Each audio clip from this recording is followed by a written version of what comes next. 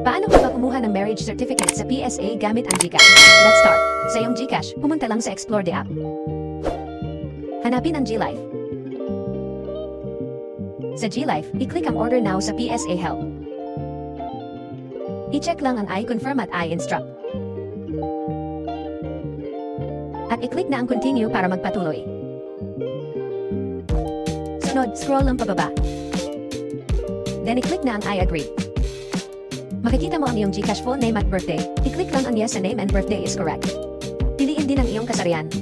Sa name suffix, i-click lang ang no kung wala at yes kung meron. I-type din ang iyong email address. Sunod, scroll lang muli pababa at i-check ang dalawang I agree. Then i-click na ang submit.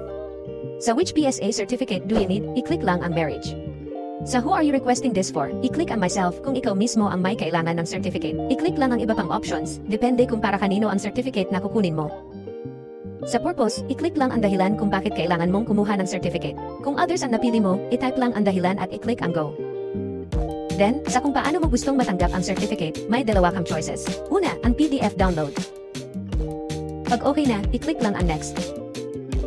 I-type o i-check lang ang mga detalye ng mga tao na nakapaloob sa certificate. Since para sa akin ang certificate na orderin ko, kailangan ko ding i-type ng tama ang buong pangalan ng asawa ko.